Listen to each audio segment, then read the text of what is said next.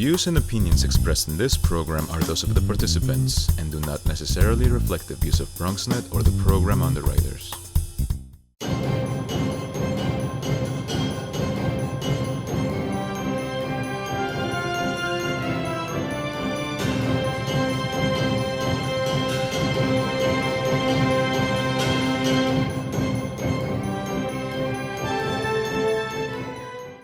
President of the second best borough in New York City, Antonio Reynoso. Thank you so much, my brother.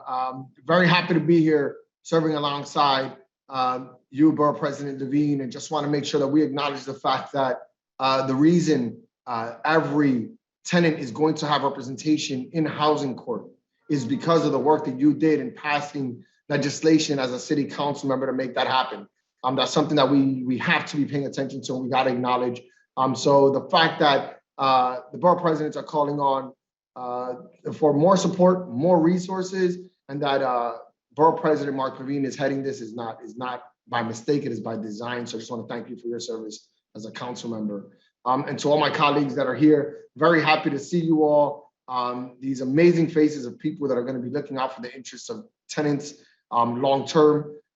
Shaker Krishnan, who was a lawyer, a housing lawyer that worked in my district, keeping people in their homes in Williamsburg, Bushwick, and Queens, in the Ridgewood portion of Queens and Long Island City. Just want to thank you for that work. And look, let's be perfectly honest. At this point, what we are deciding to do is to foot the city of New York with another crisis, an extended crisis. Homelessness is at an all-time high. And we know the struggles that we've had because of COVID that has not gone away. Despite popular belief, and this crisis needs to be met with an equal reaction. And that reaction is protecting the people that are most vulnerable, who can be left without homes and exacerbate or make worse a crisis of homelessness that currently exists in the city. We have to call upon the federal government and the state government to do more. There's only so many resources that are available to us here in the city of New York, and because of it, our hands are tied to some degree as to how we can help people. We can only build housing fast enough. We can only provide so many lawyers. At the end of the day, this is about bringing money and resources to these tenants so they can stay in their apartments longer, and that we can help homeowners that need the help as well. We're not here being anti-landlord or anti-housing owner or house owner. What we want to do is find the resources so we can really protect a vulnerable portion of our population. Brooklyn being the largest borough in the city of New York, and one with that is deep, knee-deep in extreme poverty in many of its neighborhoods, can see, again, an exodus or a homelessness crisis like never before. So we're standing here today just calling on the federal government to step in, the state government to show up and extend this moratorium, which can happen today should our governor ask for it. But extending this moratorium so that we don't see what's all happening already in our courts, which is an inundation of requests for evictions against tenants and residents of the city of New York. I'll be very brief in Spanish.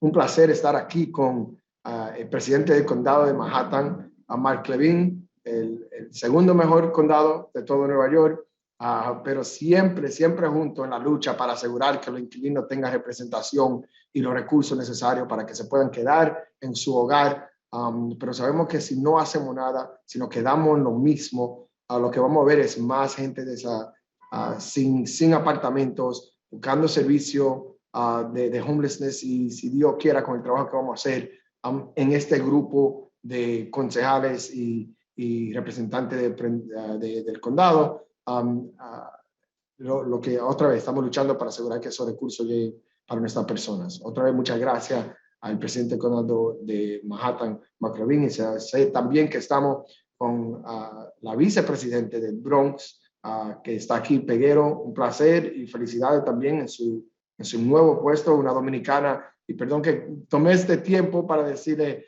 felicidades, por un orgullo siempre ver una hermana progresar. But thank you again, Borough President Mcqueen. Thank you so much.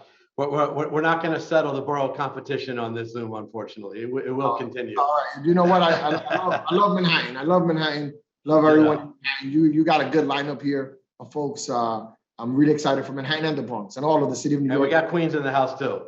I am thrilled that also joining us from the Bronx, Council Member Althea Stevens. Sorry I'd missed you before, but talk about big shoes to fill. Council Member Stevens carrying on in the district that was represented by one of the my partner in Right to Council, of course, Vanessa Gibson. So we appreciate you being here.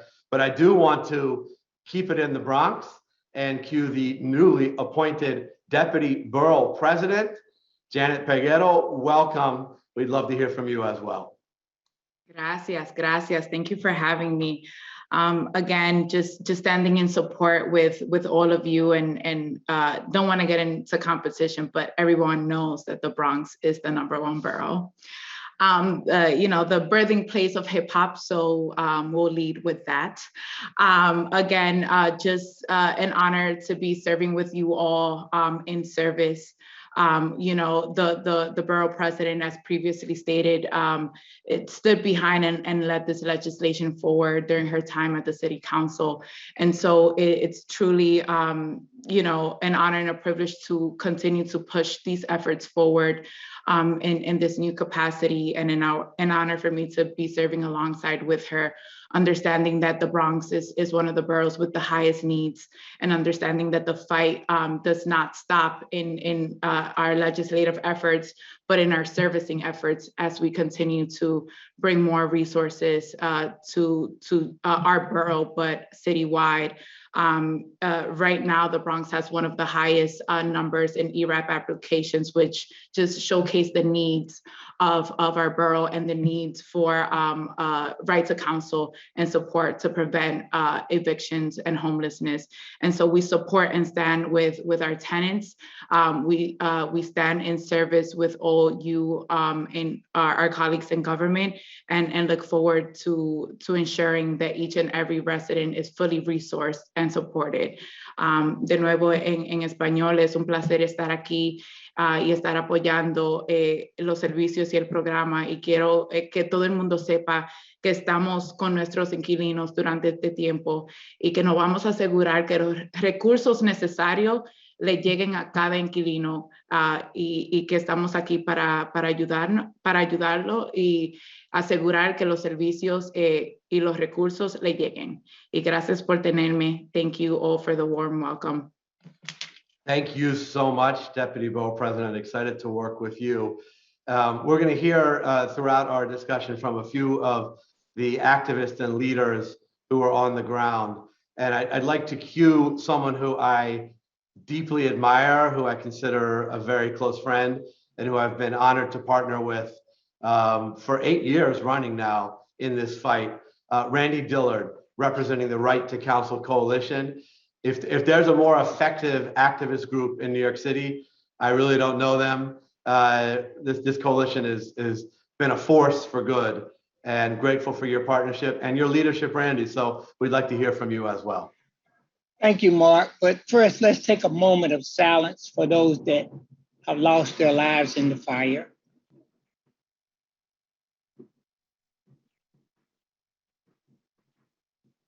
Okay. I want to thank you, Mark and Vanessa and CASA and the Right to Counsel Coalition, because we've been fighting for tenants for a long time. And we got a bill passed where tenants have lawyers in housing court. 90% of the landlords had lawyers. 30% of the tenants did not. It was a success. 84% of the tenants got to stay in their homes. Here we go again, fighting to extend the moratorium. The mayor say there is 1 million tenants behind on their rent. And we all know it is behind the pandemic. No one has said how many tenants have lost a loved one during this pandemic. No one has said how many tenants could not go to a funeral. No one is talking about the high food prices. No one is talking about that the kids got to go back to remote learning. These are just some of the small sufferings of tenants, a small fraction. And now, They have added another burden on tenants, eviction. Still, 2 years in the middle of a pandemic that's running wild all over the world, 214,986 pending evictions. 90% is non-payments. Let me be clear. We're talking about mothers, fathers, grandparents, children. We found money to bail out everybody but tenants. We just gave the MTA $6 billion grant, and there is no money for tenants who did not cause this pandemic. We've already have a homeless problem, and now it's going to be a bigger homeless problem. We're asking the government and the Assembly and the Senate and the mayor to extend the moratorium until June 2022 and add more money to ERAP and asking the state pass the state right to counsel bill so everybody in New York City can have a right to an attorney when this pandemic is over with and we go back to housing court. The Bible say a house that divides against itself cannot stand. And we cannot stand the way we're going today. Tenants are people that have feelings.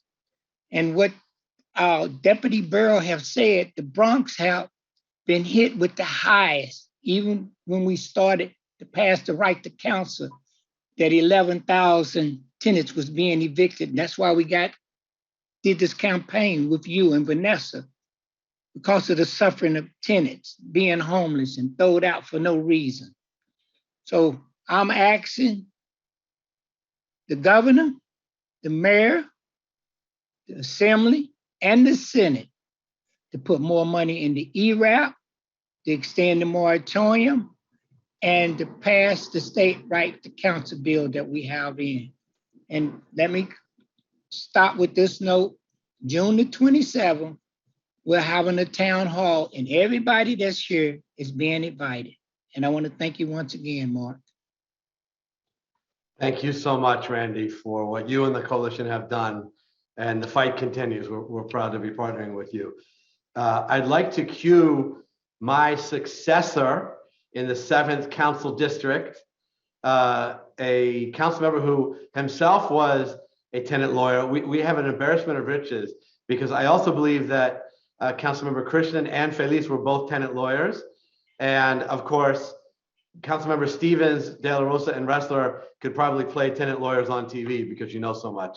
So we have a highly qualified incoming class. But Councilmember Abreu, really thrilled to turn it over to you on a topic that you are an expert on and passionate about. So take it away. Mark, thank you so much for convening this very much needed press conference on the right to counsel. As you know, right to counsel for me has always been very personal.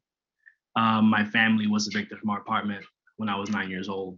And one can only imagine the impact that right to counsel could have had in my family in the 1990s.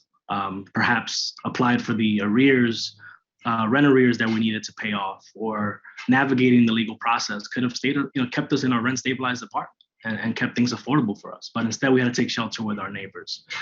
As a tenant lawyer, I've seen the impact that right to counsel has had on tenants. And Mark Levine, Vanessa Gibson, the work that you have done with right to counsel, I mean, is really, really remarkable. You know the numbers. 84% of our families stay in their homes as a result of having legal representation, right? And building on that foundation, Mark, you can count on me as well as my, looking forward to working on my colleagues to making sure that we pass right to counsel 2.0, right? Making sure that families making up to 400% of the federal poverty line are guaranteed legal representation. But as well, right, we got to continue managing caseloads. As the eviction moratorium, I mean, it has ended now and it has lapsed. We're going to be expecting insurmountable caseloads for so many of our tenant lawyers, and we have to do something about that. But while we're at this press conference, right, is when we talk about right to counsel, we mean the right to counsel. Therefore, a case in housing court should not be proceeding unless you have an attorney. So yes, there should be automatic adjournments, and that discretion should be applied by our judges as a blanket policy. And I agree with our bar president there. So let's make sure that we give teeth to the meeting right to counsel by making sure that everyone can exercise that right. And by going forward without legal representation, we're denying them that right. And so to conclude, I just want to say I'm looking forward to working with my colleagues here, tenant advocates, tenant lawyers, the Right to Counsel Coalition.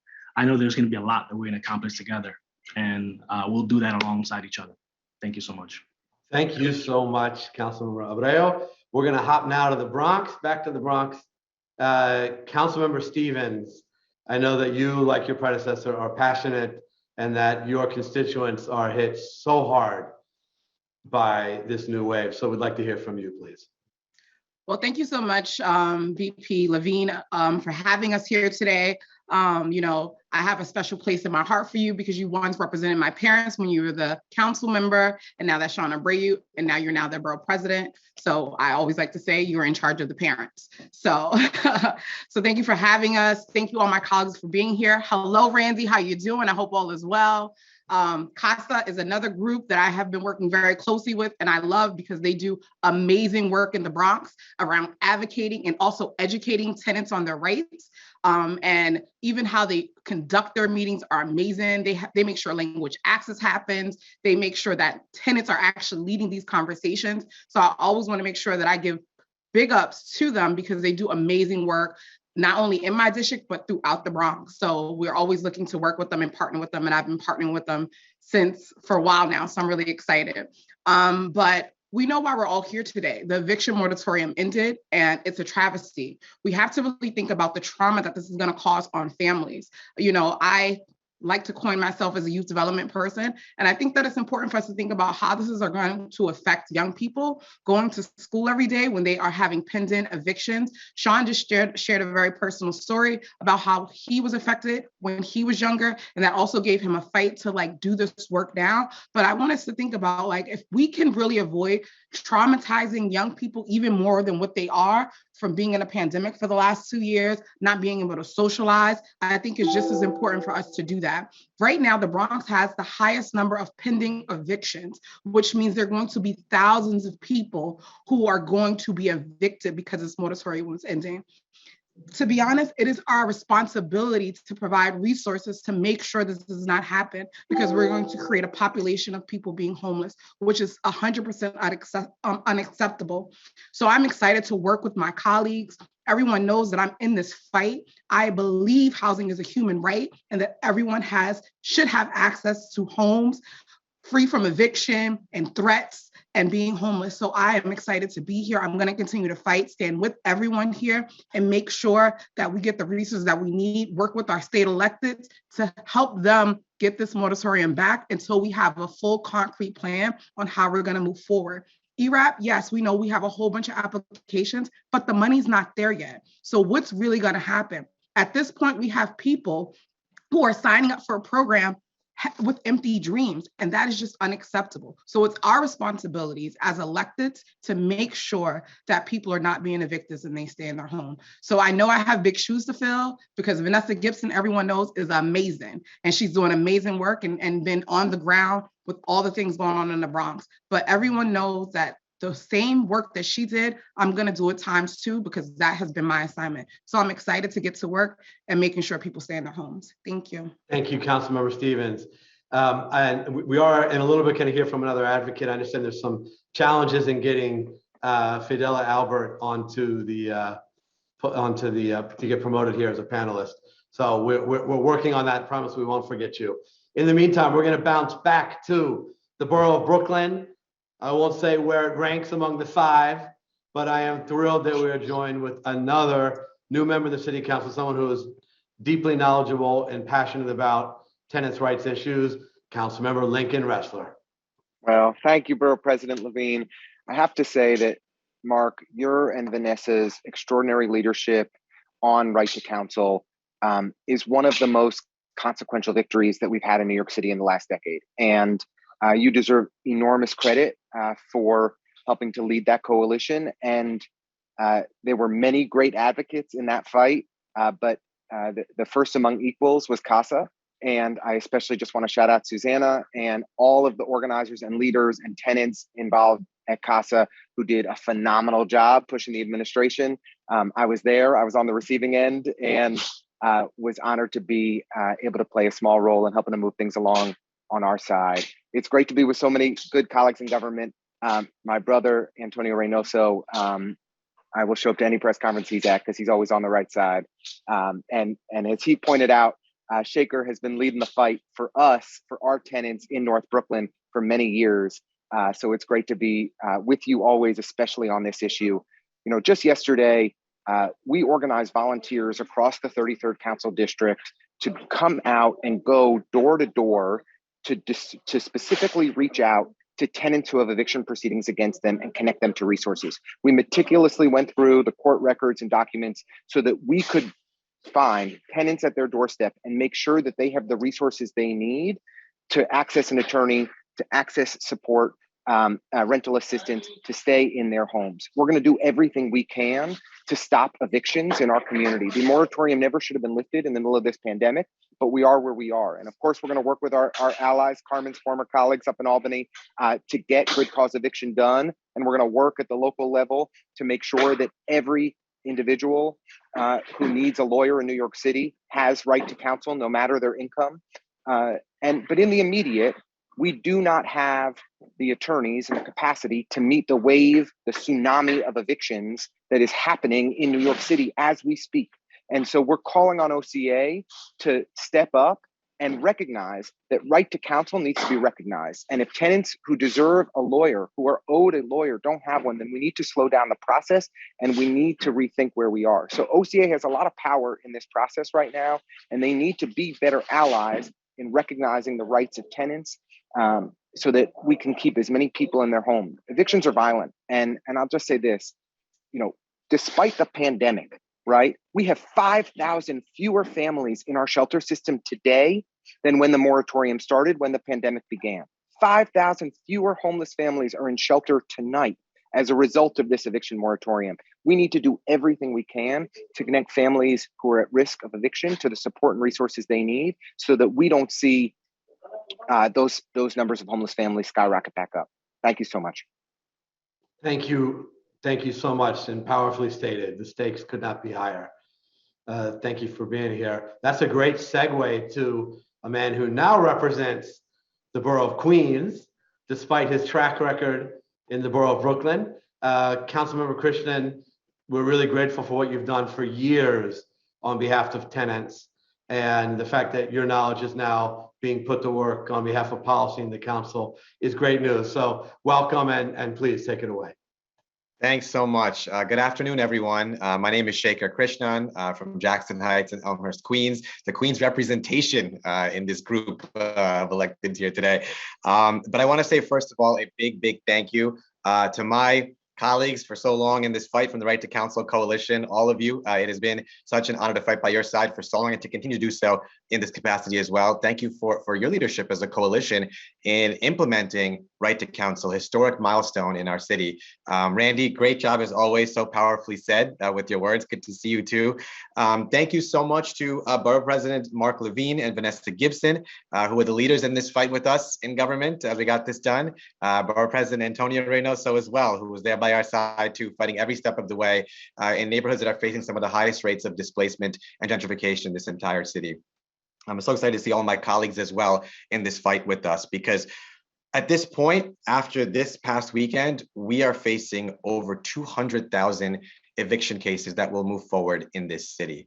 And we have seen firsthand the difference between having counsel by your side and not having right to counsel. That is the difference between protecting your home and your family and being displaced and evicted.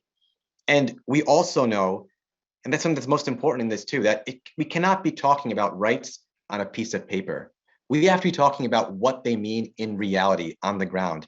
Because if they don't have meaning in reality, they're worth nothing more than the piece of paper they're printed on. And so if we're talking about a right to counsel in the middle of a public health crisis, and evictions are as much an issue of a housing crisis as they are a public health crisis. But if we're talking about that in this moment, when we're already facing such terrible rates of displacement and evictions in the city and harassment by landlords, then we need to ensure that the right to counsel means something in reality. We need to make sure that every single tenant has access to a lawyer in proceedings.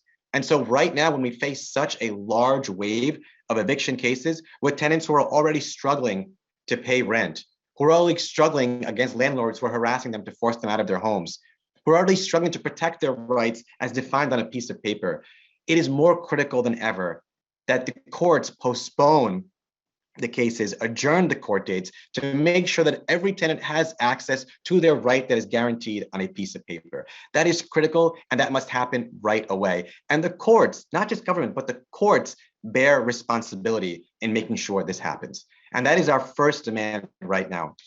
The second one is to make sure that we have urgently full implementation of right to counsel or right to counsel 2.0 in this city as well. And that's a fight that I know all of my colleagues here today and all of us are committed to shouldering and to continuing, because that is the only way to make sure truly that every tenant has access to a lawyer and that we are protecting housing rights, not just on a piece of paper, but in reality.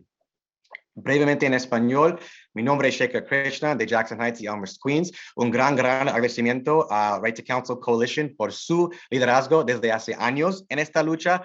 A los presidentes del condado, Mark Levine, Vanessa Gibson, Antonio Reynoso, por sus esfuerzos en esta lucha también. Bueno, estamos aquí para mandarle un mensaje clarísimo a las cortes. Es que ya estamos enfrentando una crisis de vivienda en esta ciudad, pero ahora esta crisis es aún peor. Porque después de este fin de semana vamos a estar enfrentando olas y olas de casos de evicción en esta ciudad. Y ya vimos nosotros, sabemos nosotros la diferencia entre los casos donde los inquilinos tienen acceso a abogados y los casos que no.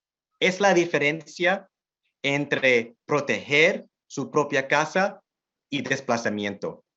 Así que es urgente que la corte posponga estas fechas en la corte hasta que cada inquilino en esta ciudad tenga su propio derecho a abogados, y también que tenemos plena implementación de Right to Counsel 2.0 o la segunda versión de Right to Counsel en esta ciudad.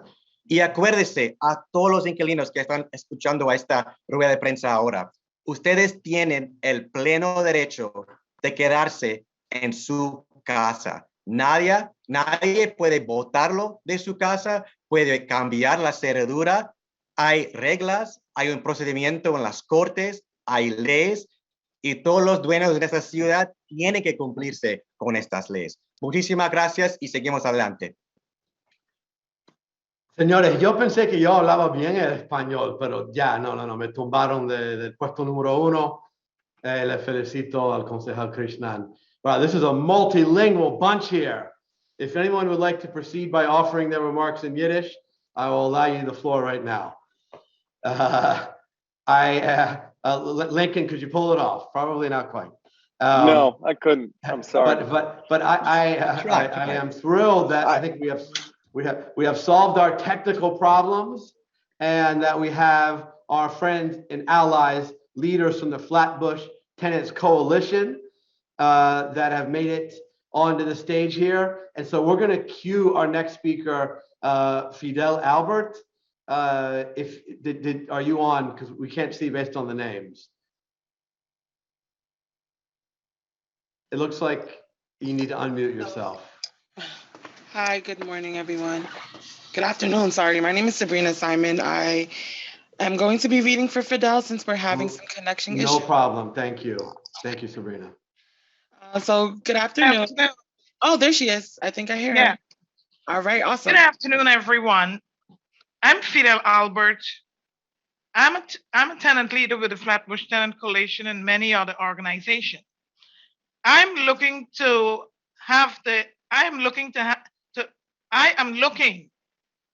abolish all evictions forever, be it winter or else. Before we proceed, let's take a moment of silence for the victim of this horrific fire in the Bronx, caused by landlords' failure to provide adequate heat and to do proper repairs. Let's bow our heads for the victims.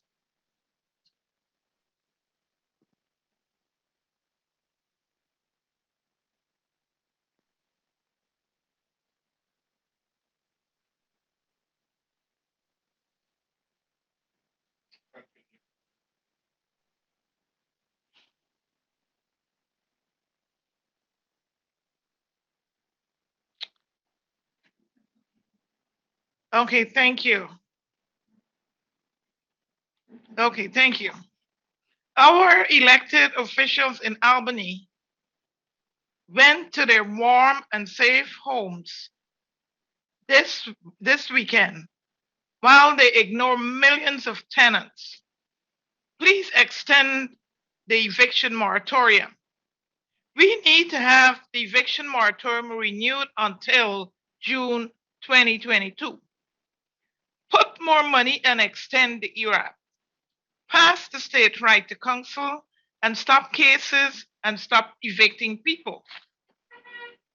We are in the blunt of severe winter.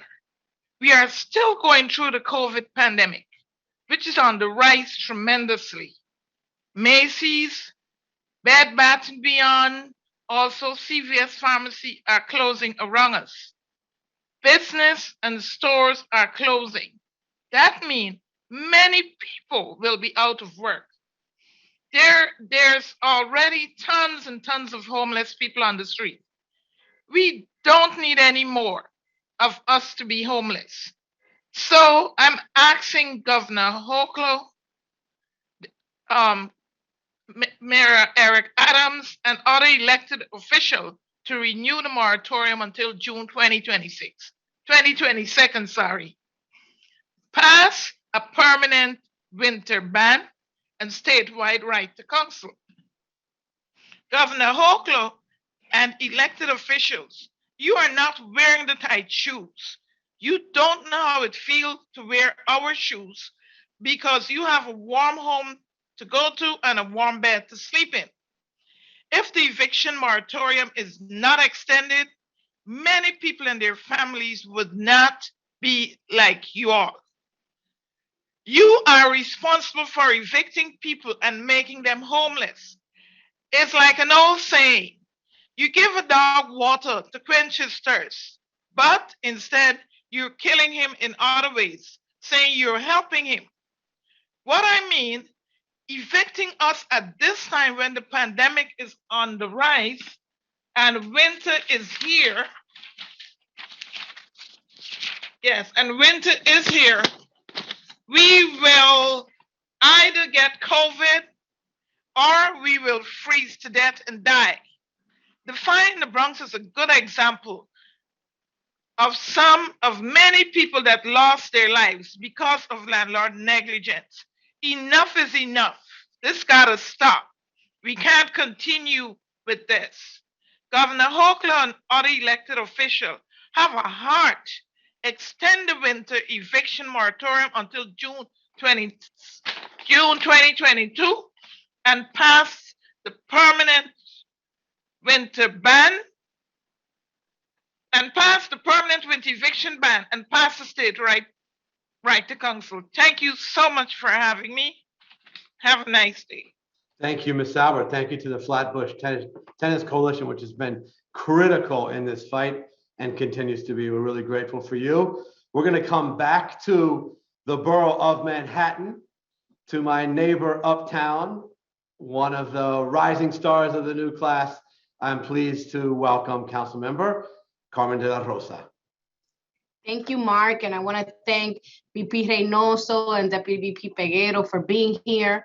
It's not a coincidence that our three VPs were part of the leadership of the previous council and were leaders in how to protect and defend tenants. So I want to congratulate you all for not only doing groundbreaking, transformative work that we are now is our blueprint for continuing to protect tenants across the city, but for as VPs taking on this mantle. And to Jeanette, bienvenidas. We are so proud to have you representing us in the Bronx as well.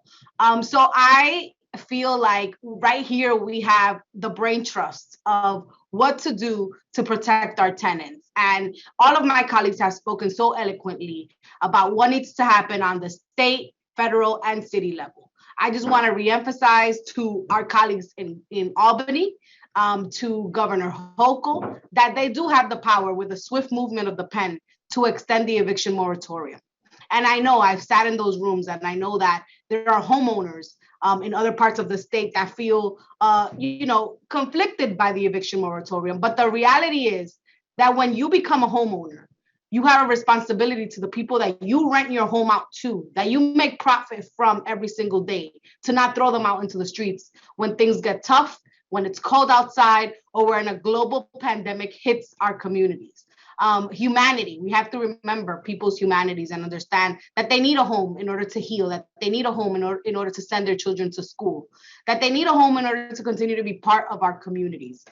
We also need to pass good cause eviction. I signed on to the bill early in Albany, and we continue to call for good cause eviction because it's just what it says, good cause. If we believe that housing is a human right, then everyone should have access to housing, and we should not be evicting tenants in the middle of a global pandemic. For our federal colleagues, we need action when it comes to making sure that New York gets its fair share of the funding to staff off some of these evictions. In communities like mine, Washington Heights, Inwood, Marble Hill, and Upper Manhattan, we have been the epicenter of evictions before the pandemic hit.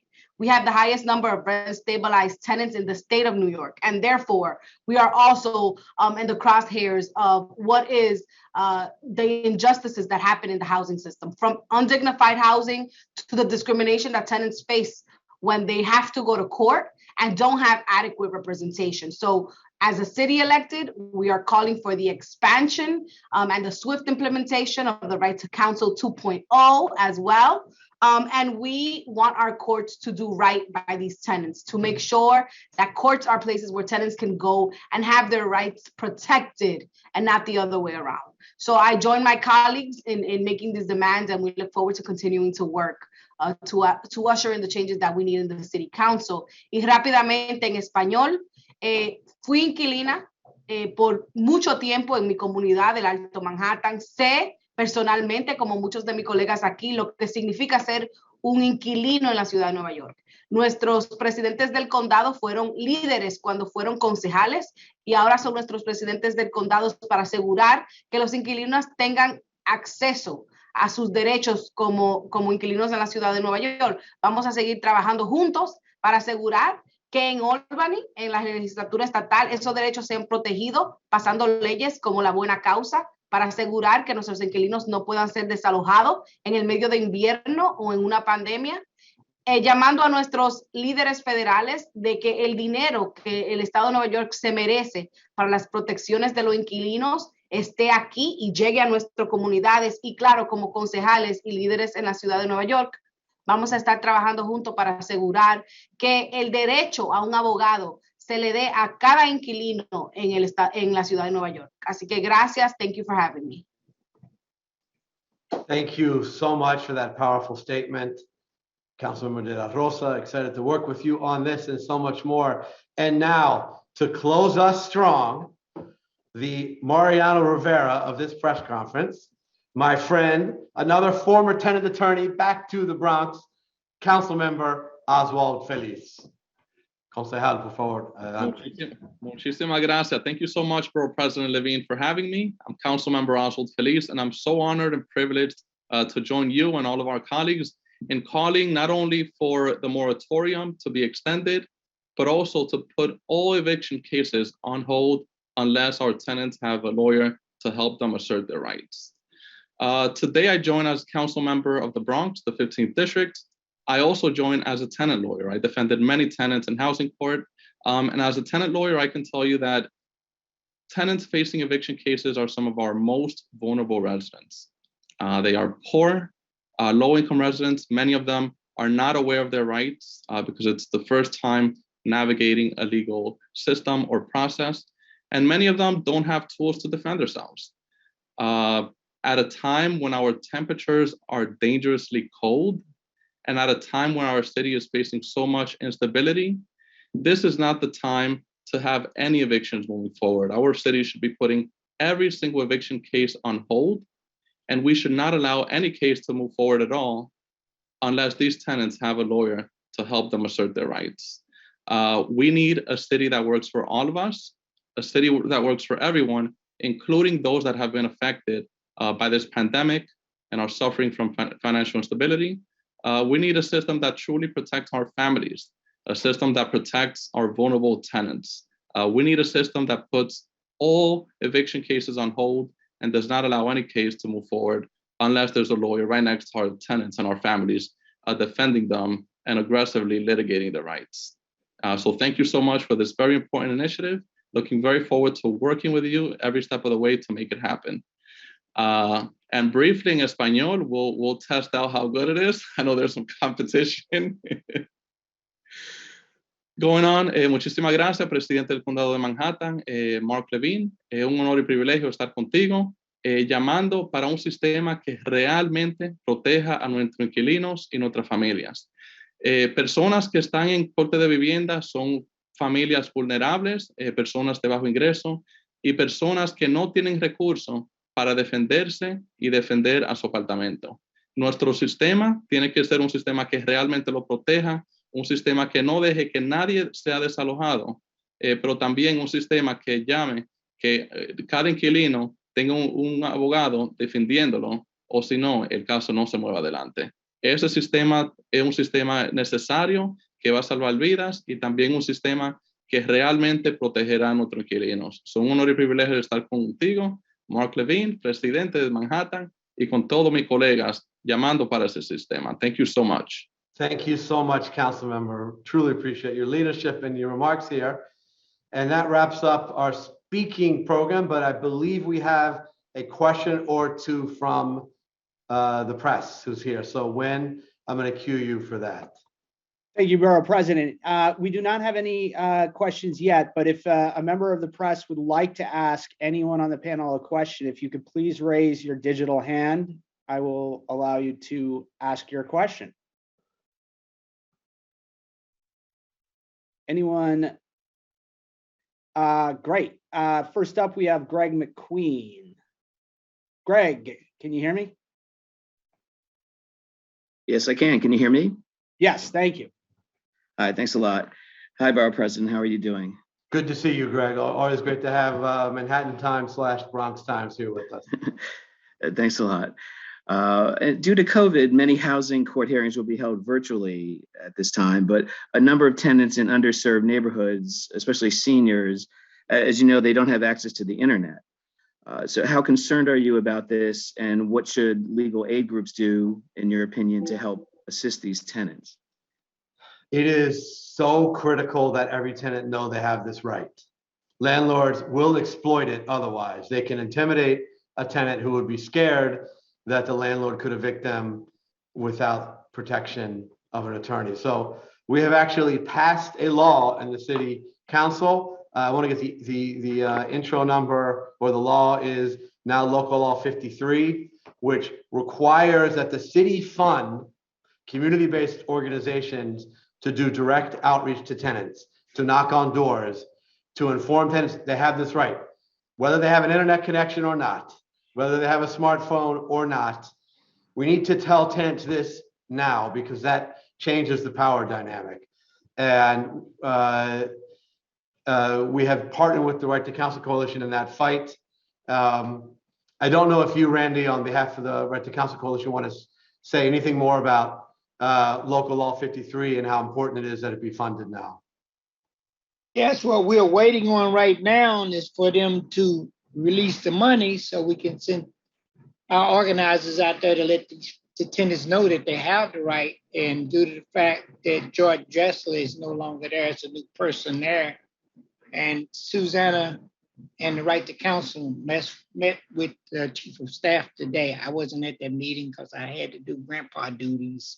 And so they will be able to tell you more about that meeting. But to our friends who are now in the council, we passed this law last year as part of a package that we pushed through in the pandemic. And while the law, I don't believe, contained an exact amount for the funding, we have called for $5 million that would support the kinds of community-based groups that all of us have in our districts that would proactively do the outreach and organizing so tenants know they have this right. So we'll certainly be relying on our advocates in the council to carry on this fight. Mark, I have something else to add. Please, Sean, yeah. So I think it's also very important, right, that from the legal standpoint in housing court, that we're not punishing our tenants for, especially vulnerable tenants, older adults who don't have access to technology, with default judgments. So I think that we need to make a push for there to be automatic adjournments in these cases until we can guarantee that folks have access to technology and actually make an appearance. But I think that you're right. The source of the problem is making sure we're funding local law 53. But on the court side, courts should be exercising discretion to make sure that adjournments, or rather default judgments, are not brought in for failure to appear, especially with the first go around, right? Like we need to at least have a few appearances, give the tenants a chance to appear. Exactly. I see we have a question from Edwin Martinez from El Diario La Prensa. Adelante, Edwin. When, if you could promote Edwin Martinez so he can ask this question live. Edwin, are you there? We see you, Edwin, if you want to unmute. Yeah. Hi, how you doing? Can you hear me? Yes, sir. Welcome. Okay, thank you so much for this. So basically, we understand that the biggest or the most urgent step has to come from Albany right now with the moratorium extension. But my question is, what should and what can do right now, like in the next days, Mayor Eric Adams, in order to help these tenants if the state doesn't take the measures that we read right now?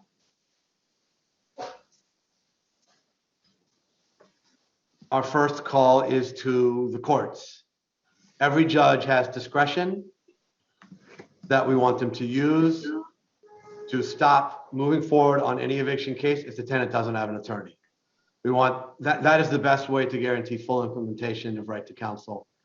And we're asking the Office of Court Administration to guarantee this. The city has a role in fully funding and staffing and putting the resources in. I don't know, Borough President Reynoso, if you want to answer that question to round it out in any way. Yeah, look, we want all hands on deck. We're going to be doing everything we can as borough presidents and council members to try to release a valve here and allow for us to protect our tenants.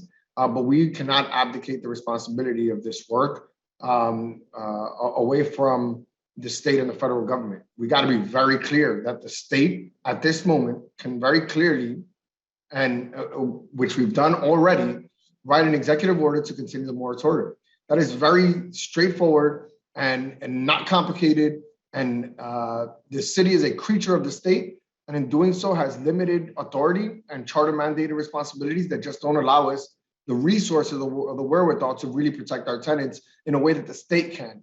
So we got to be mindful of the fact that this is more of a call on our federal and state government than it is on our city government. But like Borough President Levine just said, encouraging courts to do as Councilmember Abreu has stated, it is a step in the right direction. But it's something that we're doing by pushing and encouraging discretion as opposed to just having the moratorium extended by the state. So I want to really push back on this idea that, should the governor not do anything, what should be the next steps? All of our pressure and our target should be at the person that can change this literally with the width of a pen. Thank you. Thank you so much. I just want to also highlight what Susana Blankley, a legend in the right to counsel movement, has pointed out in the chat, which is that Local Law 53, we were referring to this to fund the outreach and organizing, was supposed to be implemented in November of last year. To date, the city has not even released the RFP. So we are behind, and we need to rectify that as soon as possible because we are heading into what could be the worst season of evictions ever in New York City. So thank you, Susana, for giving us that important information. We're about to wrap up, so I do want to cue Deputy Borough President Pagueto, if you'd like to respond on this point or any others before we close out. I just want to echo and support Susanna's comments in the chat that we need to work with our city folks to ensure that these resources are reaching our tenants, and now during a time where we're crunched for time. So if we can all work collectively to, you know, just encourage that these resources are meeting the needs of our tenants. Thank you so much, Deputy Borough President. Thank you, Borough President Reynoso, and to all my colleagues in the council. This has been a really important discussion that I'm proud we were all part of together. We're going to continue this fight together on behalf of tenants as long as it takes. Thank you so much, everybody. Muchísimas gracias. Gracias.